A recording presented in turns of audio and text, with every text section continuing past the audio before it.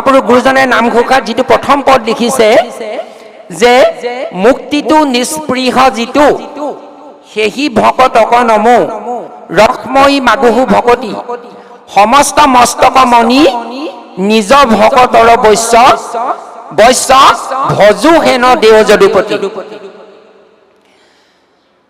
এটা মুক্তিটো নিস্পৃহ, মুক্তি বুলি কওঁতে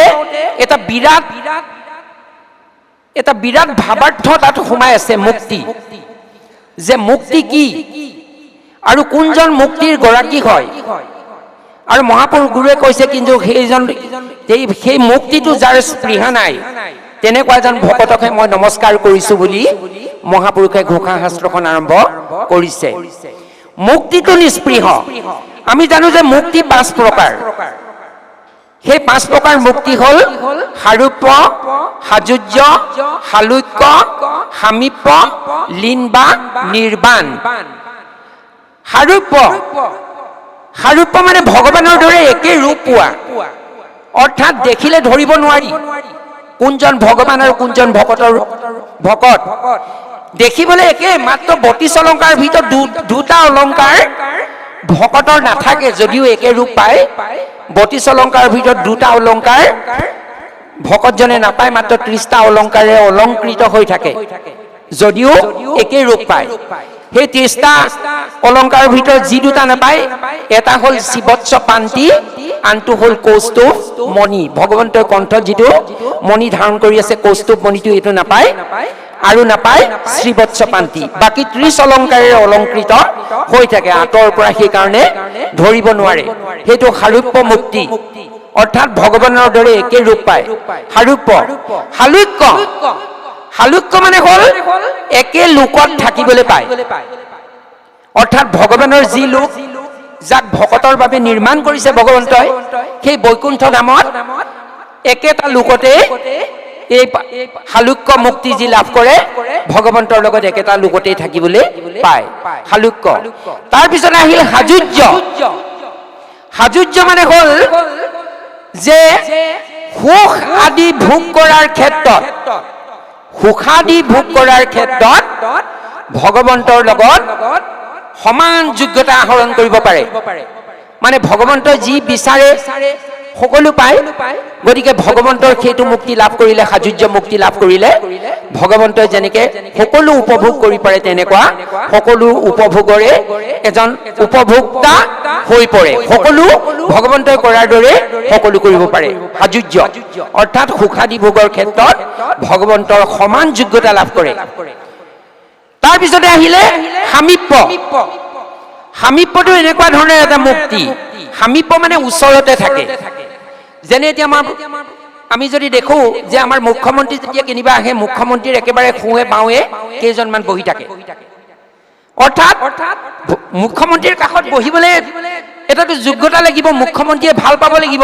তেনেকুৱা ব্যক্তিকহে মুখ্যমন্ত্ৰীৰ সোঁৱে বাওঁৱে বহুৱাব পাৰিব।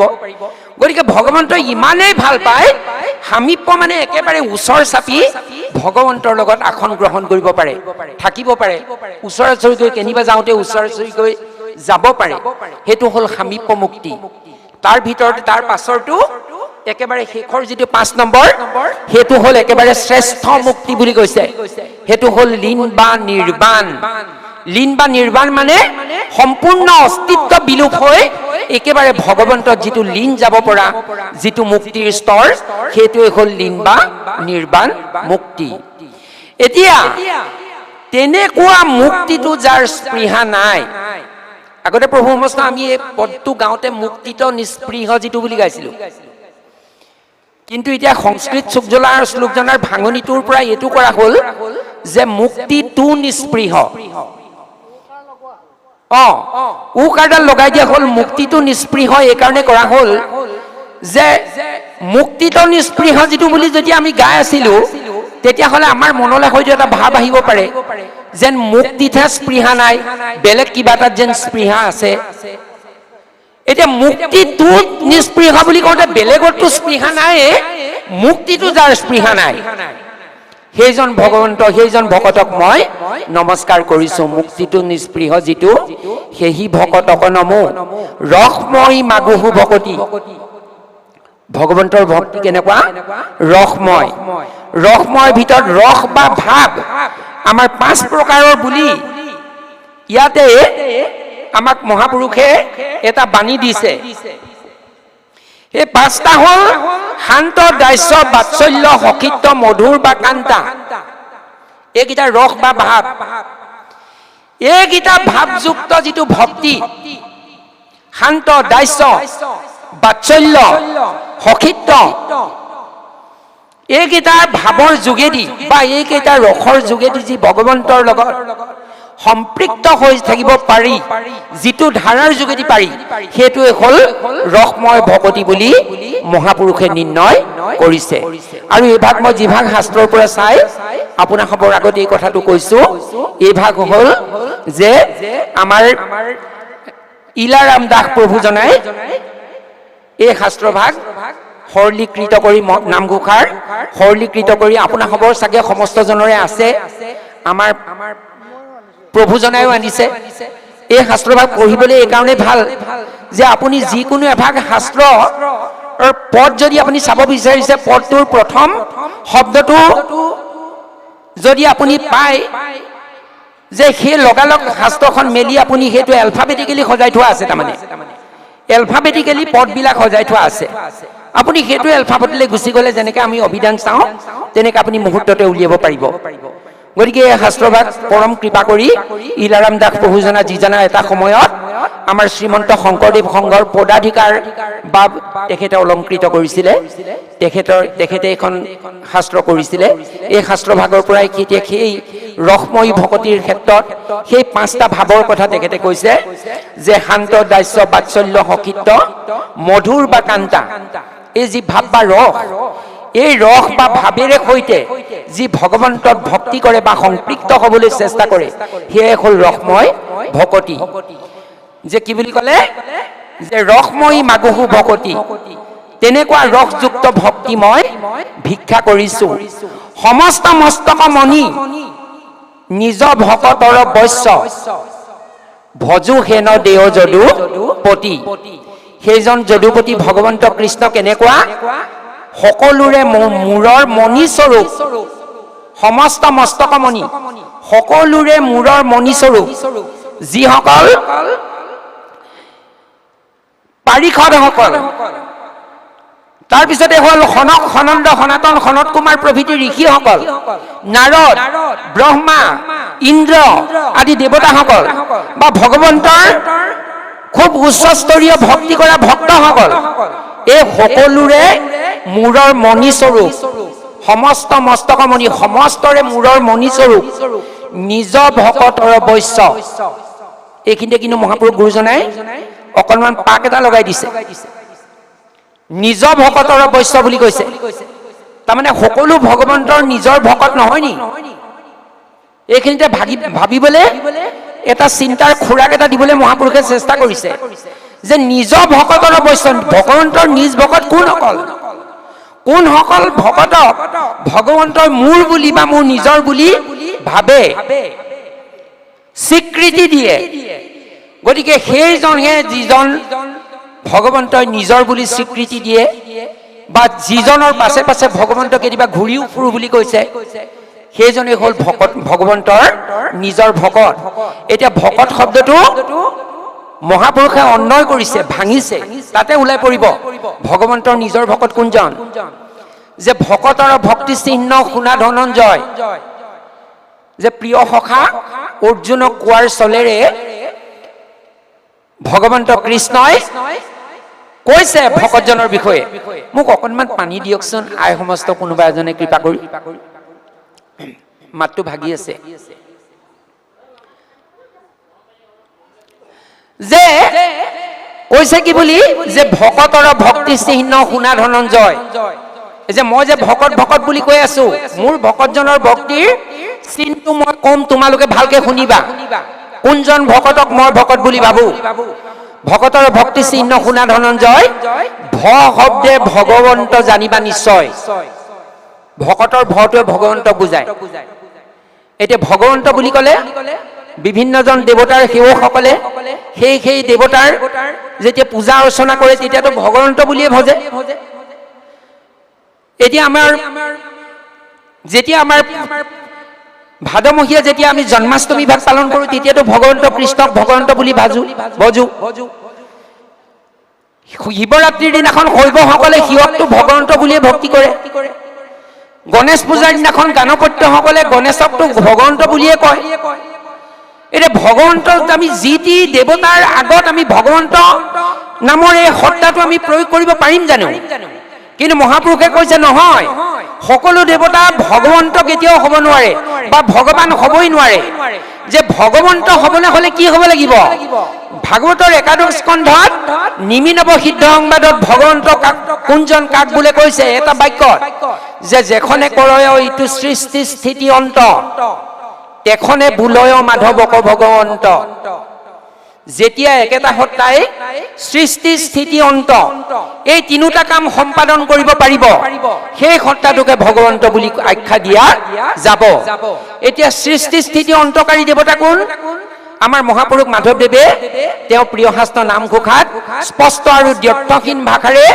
ঘোষণা দি গ'ল সৃষ্টি স্থিতি অন্তকাৰী দেৱতা কোন যে কি বুলি ক'লে আপোনাৰ সকলোৱে জানে খুব জনপ্ৰিয় ঘোষাসমূহ সকলোৱে জনপ্ৰিয় কিন্তু কিছুমান ঘোষা আমাৰ ভকতসকলৰ জিভাৰ অগ্ৰত থাকে মই সেই অৰ্থতে আচলতে জনপ্ৰিয় বুলি কৈছো কোনোবা জনপ্ৰিয় নহয় বুলি আকৌ এইটো মিছ ইণ্টাৰপ্ৰিটেশ্যন প্ৰবজন আপোনালোকে পুনাই নল'ব ক্ষমা বিচাৰিছো কৃষ্ণ মানে যিবিলাক সকলো এহেজাৰ ঘোষা সকলো ঘোষা মুখস্থ নাথাকিব পাৰে কিন্তু কোনো ঘোষা আমাৰ ভকত সমস্তৰ জিভাৰ অগ্ৰত থাকে সেই জোকা জিভাৰ সকলোৰে অগ্ৰত থকা ঘোষা জোকা কি যে কৃষ্ণ একদেৱ দুখহাৰী কালমায়াদিৰ অধিকাৰী কৃষ্ণ বিনে শ্ৰেষ্ঠ দেও নাহি আৰ সৃষ্টি স্থিতি অন্তকাৰী দেৱ তান্ত বিনে আনো নাহি কেও জানিবা বিষ্ণুকে সমস্ত জগতে হাৰ তেতিয়াহ'লে মহাপুৰুষ মাধৱদেৱ গুৰুজনাই সৃষ্টি স্থিতি অন্তকাৰী দেৱতা কোন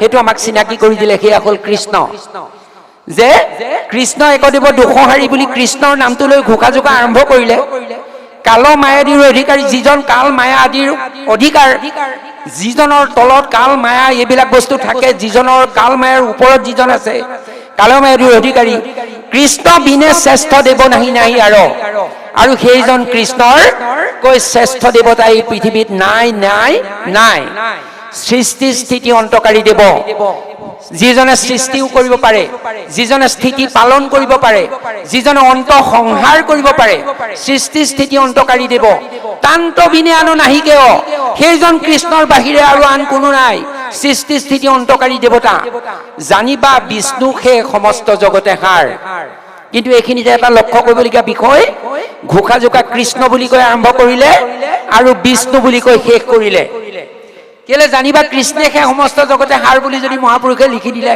হেতেন তেতিয়াহ'লে কিবা অৰ্থৰ বিভ্ৰাট ঘটিলেহেঁতেন জানো নিশ্চয় নঘটে বা কিবা এটা আমাৰ পদ চন্দ্ৰৰ পতন ঘটিলেহেঁতেন নেকি চন্দ্ৰৰ পতনো নঘটে বিষ্ণুহে কৃষ্ণেহে সমানে তিনিটা আখৰ কিন্তু মহাপুৰুষে লিখিলে যে জানিবা বিষ্ণুহে সমস্ত জগতে হাৰ ইয়াৰ অৰ্থ এইটোৱেই যে কৃষ্ণ বুলি কৈ আৰম্ভ কৰি বিষ্ণু বুলি কৈ শেষ কৰিলে একো অসুবিধা হোৱা নাই ভাগৱতত এটা পদ আছে একাদশ স্কন্ধত তাত কি বুলি লিখিছে যে অনাদৰি আন ধৰ্ম মাধৱৰ জন্ম কৰ্ম শুনিবেক মহন্তৰ মুখে জগত প্ৰসিদ্ধ নাম কৃষ্ণ বিষ্ণু হৰি ৰাম লাজ এৰি গাবা মহাপুৰুষে যে জগতৰ প্ৰসিদ্ধ নাম কৃষ্ণ বিষ্ণু হৰি ৰাম লাজ এৰি গাবা মহাপুৰুষে অৰ্থাৎ কৃষ্ণই বিষ্ণু বিষ্ণুৱে হৰি হৰিয়ে ৰাম গতিকে কৃষ্ণ বুলি কৈ ঘোষা আৰম্ভ কৰি বিষ্ণু বুলি কৈ যদি সমাপ্তিও ঘটাইছে তাত আমাৰ কোনো অসুবিধা হোৱা নাই তেতিয়া মহাপুৰুষে ক'লে যে যিজনে হ'ল সৃষ্টি স্থিতি অন্তকাৰী দেৱতা তেওঁৱে হ'ল কৃষ্ণ বা বিষ্ণু তেতিয়াহ'লে যেখনে কৰে এইটো সৃষ্টি স্থিতি অন্ত তেখনে বুলয় মাধৱক ভগৱন্ত এতিয়া ভগৱন্ত বুলি কওঁতে আমি বুজিলো যে কোন ভগৱান কৃষ্ণ এতিয়া ভকতৰ ভগৱন্ত নহ'লে বুজালে কাক কৃষ্ণক বুজালে সৃষ্টি স্থিতি অন্তকাৰী দেৱতা কৃষ্ণক বুজালে মই ভকতৰ ভাঙনিটোলৈ ঘূৰি গৈছো ভ শব্দে ভগৱন্ত জানিবা নিশ্চয় তাৰপিছতে কটো আহিলে ক শব্দে কৃষ্ণ কথা কহয় হততে কটো আহিলে ক শব্দটোৰ যোগেদি বা ক বৰ্ণটোৰ যোগেদি মহাপুৰুষে বুজাব খুজিছে কৃষ্ণৰ গুণানুকীৰ্তন কৰাৰ কথাটো বুজাব খুজিছে।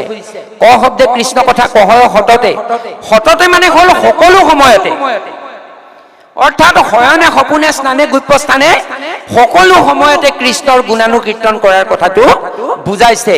অকল আমাৰ মহাপুৰুষ দুজনৰ আৱিৰ্ভাৱ মহোৎসৱ দুভাগীত আৰু জন্মাষ্টমী, আমাৰ ভগৱন্ত কৃষ্ণৰ জন্মাষ্টমী দিনাখন অকল এই 3 দিনত ভগৱন্তৰ নাম ললে নহব, সকলো সময়তে ভগৱন্তৰ নামটো ভগৱন্তৰ চৰণত ভকতে সমৰ্পিত কৰি ৰাখিব লাগিব, নাম লৈ লৈ।